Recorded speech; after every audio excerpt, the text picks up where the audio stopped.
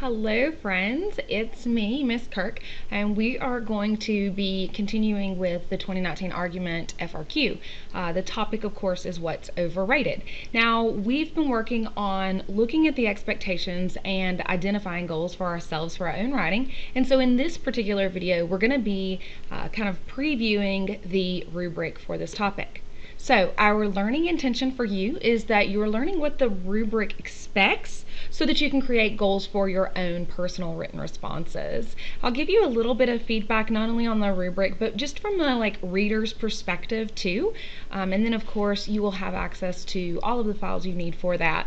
So how do you take ownership of this learning? Well, you need to understand the expectations of the argument rubric. Be able in your head to remember, what does it look like? What do I need to do to get that thesis point? How can I get the 2 and the 3 and the 4 on the rubric? And then we want to make sure that you can analyze that prompt and plan based on that rubric and the expectations in that rubric. So we'll kind of look at that a little bit too as we move forward. So the resources for this series of videos is of course the prompt, which is going to be linked below, the rubric. The image you see here is of course the one-page scoring rubric. I'm actually going to go over the scoring note rubric with you, and then we started with the overrated sample AA, but I will give you the link to all of the student samples and all of the feedback so you can truly look at and understand each part of the rubric, okay? All right, so at this point, if you have not read through and analyzed the prompt, you might want to push pause and go ahead and do that. If you have gone on and read it and analyzed it, like perhaps in class, I'm just going to go ahead. So if you need to pause, go ahead and I'll be here when you get back.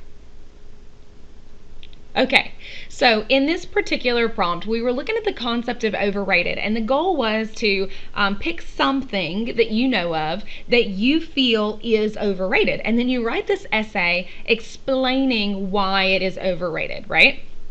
And so when we talk about analyzing the prompt, you can see that in this example up on the top on the left hand side, this particular writer started going through and looking at those rhetorical aspects. Now if you've forgotten what that is, make sure that you double check your notes, or of course you can watch that video too.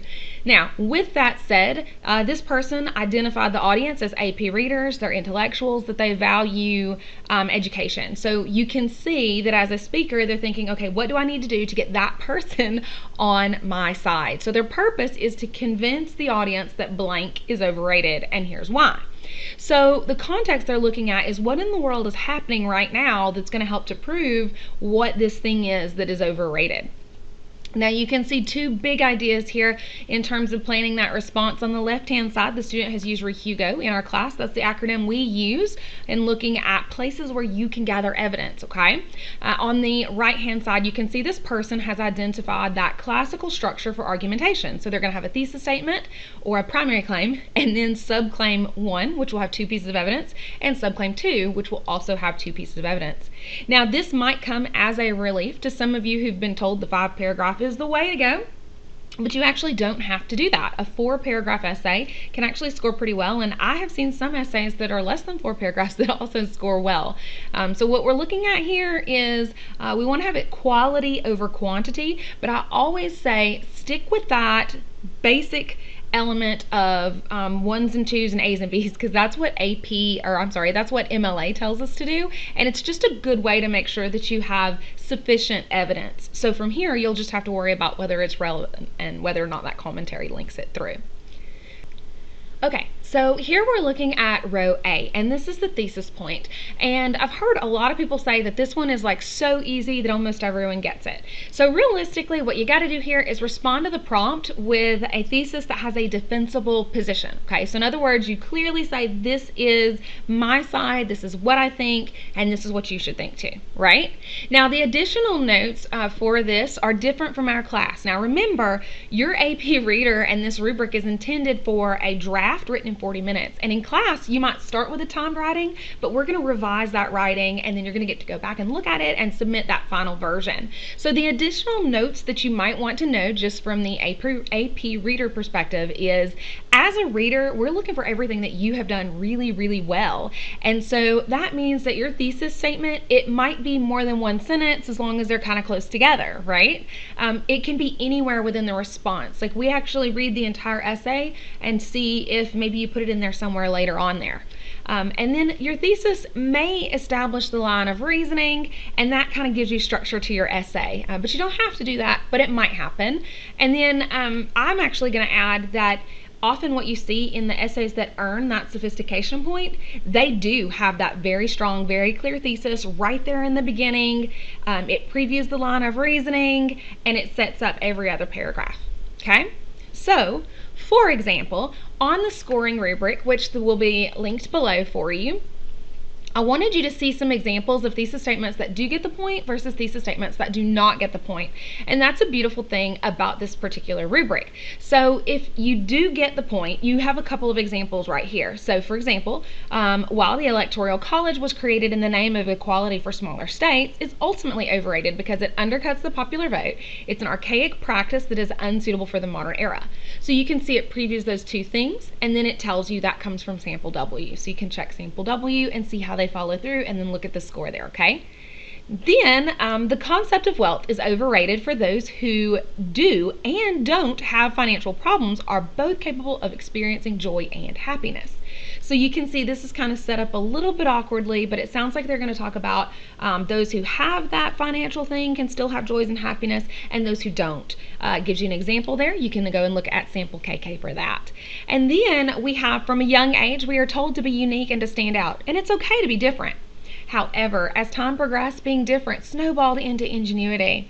Nowadays, people try too hard to be different to the point where it has become overrated. Now, that's an example where you see it in multiple sentences and it kind of puts it together for you, and that would be in sample GG, so if you want to go look at it. Now, I think that this is very beneficial because you see 3 examples. You can actually model your thesis statement after those examples if you choose to. We in our class do have a model format. As long as you have everything in it, you don't have to use the exact same format that I suggest. But we do want to make sure that it's defensible and that it's right there in the introduction paragraph in one sentence, and that it does preview the line of reasoning. But in this example, you can see 2 that don't get the point, okay? So for example, many things are overrated in our society.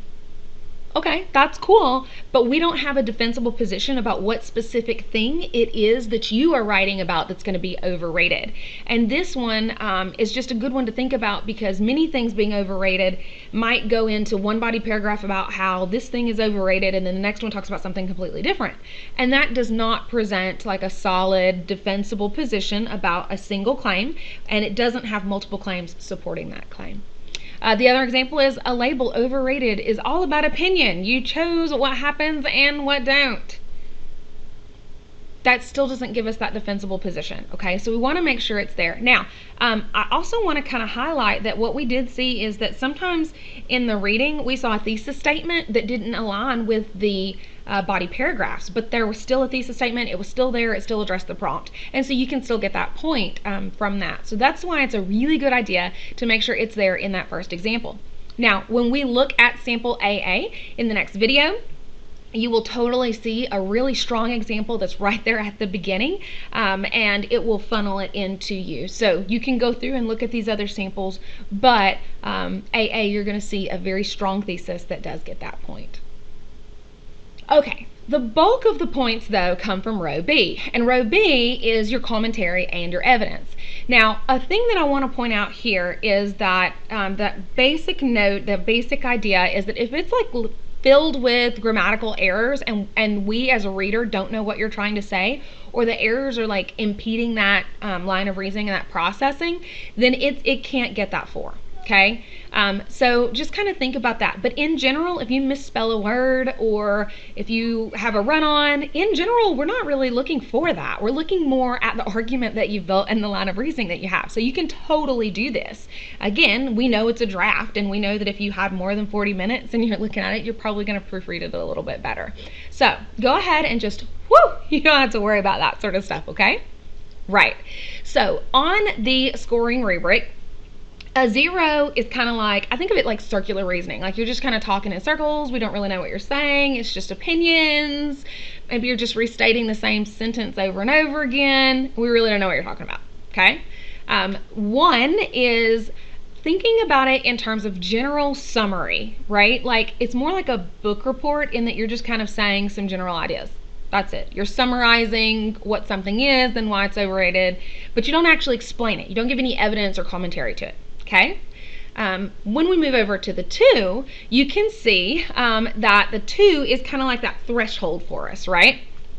And so it gives some specific and relevant evidence. So maybe you start general, like you're going to see in sample AA, it kind of starts general and then it comes down very specific. Maybe you do that. Maybe you just have the specific evidence. But in that 2 range, what you'll notice is that there is no line of reasoning established, or that line of reasoning is faulty. So when we talk about using the red light check, and I say to you, I want you to always underline your thesis statement and underline your topic sentences, that's because those are those, I guess, cornerstones of the line of reasoning. You've got to make sure you have those pieces to put it together. Now, obviously, that's not all that's there, and we're going to learn about this as we go through the semester, but that is a huge part of your line of reasoning. And so just making that little effort to underline your intended thesis statement and that little effort to make sure that you've got that very clear topic sentence, it can make sure you fall into this area, okay?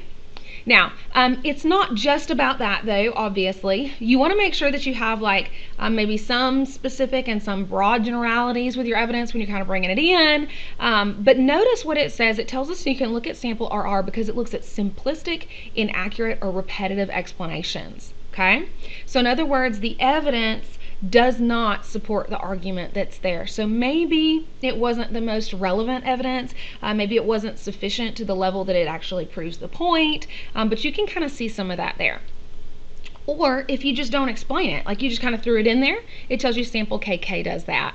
So sample KK is a good one to look at. We're not going to go over it together, but that one, remember, we talked about that one with the thesis point just a moment ago, and now we're looking at it with the row B. So your goal needs to be to hit that 3 and 4, right? Now, obviously, we're here at the beginning of the year and we're probably not going to get that because it takes us a little bit to get there. But once we do get there, the 3 is some evidence is explained and supports that line of reasoning, whereas 4 is consistent. So you can see that very clear right here. It's all the same. Provides specific evidence to support all claims. Remember, that means your primary claim and at least 2 subclaims, okay? So it means at least your thesis statement and 2 topic sentences there. And then explains how some of the evidence supports the line of reasoning versus consistently explains how it supports that line of reasoning. So we're going to talk about the red light strategy, and when we're looking at it, we want to see that you consistently have commentary for every piece of evidence, but also that your commentary is more of the essay. We want to see your analysis, your thought process, your argumentation, and ultimately your rhetorical choices. And so that's why that color coding can really kind of help. So when you're looking down here at the differences, it gives you some to talk about. Look at AA. It tells us right here. That's why we choose to talk about sample AA as we are goal setting.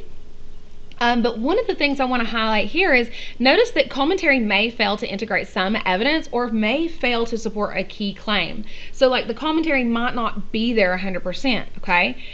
Now I'd also want to highlight that a 4 doesn't have to be like a 100% perfect paper, okay? It's going to look at it, we're still seeing it as a draft, so you could still see that there are opportunities to improve. But one thing that I think really stands out here with row B is, and we're going to look at some of these together, we're going to look at a high example of a 1-3-1, like in a 1-3-0. So like what is it that makes it a 3 and not the 4? What would push it up to a 4? But we'll also be looking at some examples that are a really low 3. So like in other words, 1 and 3, but why is this a 3 and not a 2? Like what's the piece that puts that difference apart? Do you remember it? In your brain, did you just say line of reasoning? Sweet. Okay, so that takes us through that commentary and evidence. And as you guessed, we're going to spend the bulk of our instructional time focusing on that. And when we look at sample essays, which we're going to do a lot, we want to focus on those pieces too. So row C is looking at sophistication. Now, this is the one that so many people have talked about it being unicorn point, that not everybody gets it. And I get that. Like I understand that the sophistication point is what separates your writing from college level writing. Now remember that AP exam gives you credit for your freshman year in whatever college, right? So it's not just that you are writing at a level of a college student, you are writing at the level at the end of the freshman year of the college experience. So it's going to take some practice for us to get there. And so that's why I think it's important that we start looking at sophistication from the very beginning. So when we look at sophistication, we've talked about how there are 4 ways. I lump it in, say, 3, and what those look like. Now, I do want to highlight this. Sophistication is not just a phrase or a reference, okay? So do not type your essay, find a baby word, right-click on it, go into the thesaurus, and then make it a bigger word and think that's sophistication, because it's not. That's not what sophistication is, okay? It's more than just that. When we are looking at sophistication and we're trying to figure out how can we do this, the idea here is that it is a complex understanding of the rhetorical situation, and that it is the writer's ideas, right? It's your ideas because you are the writer of this essay. So we've got a couple of different examples here. If we're looking at the ones that don't get it, notice it says they attempt to contextualize their argument, but the attempts are consistent with sweeping generalization. So like, in a world where, or ever since the beginning of time, that's not specific, okay? That's not sophisticated. That almost sounds like the beginning of a fairy tale. Once upon a time in a world far, far away from here, right? So we don't want to do that. Or if they hint at, or if they just sort of like suggest the opposition. Some may argue this, or some people say, give us more information to build that in, okay? And then, of course, complicated and complex sentence structures and language that's ineffective, like the example I just gave with the right click and changing it, that's not going to help you there, okay? So when we're looking at it, you want to see a nuanced argument that is consistently identifying and exploring the complexities and tensions. Sample AA does that really well. We're going to talk about that sample, but you can also find that in W, okay? Looking at the second way you can do that is looking at the limitations and like the implications of what you're going. So you're looking at it in terms of a broader context. Now remember, it's not like general in a world where you're very, very specific about what those circumstances are and how you can connect it and tie it down to a very specific thing, okay? But again, pull this throughout the whole essay, okay? Now the last 2 that are identified on the rubric, I look at them and I think of them together. This is effective rhetorical choices that strengthen your argument, okay? And then of course a style that's consistently vivid and persuasive. Those 2 things go together, because if your rhetorical choices are effectively enhancing your argument, that is style, right?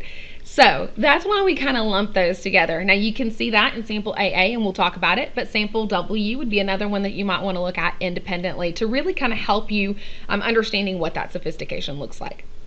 So that said, for today, our goal was to go through the rubric and think about the specific elements of each row and use that information, the information on the rubric, in order to help you create a goal moving forward. So it is now time for your learning reflection. So in your learning journal, go ahead and write, what was the purpose of this video? Did you achieve that purpose? And what are your next steps? What do you do with this knowledge now? All right, go ahead, work on your learning reflection. And just in case, those of you who found this video, I know I had some people last year commenting on videos when they were not in my class. And so if you want to reach out to me and ask a question you are not in my class, you're welcome to do so. I am Stephanie Kirk. You can find me on Twitter at Kirk's Corner, and I will get back to you as soon as possible. I hope you have a wonderful day. I hope you found this tutorial to be very helpful and meaningful as your journey in AP Language and Composition is unveiled. Have a wonderful day, and I'll see you soon. Bye.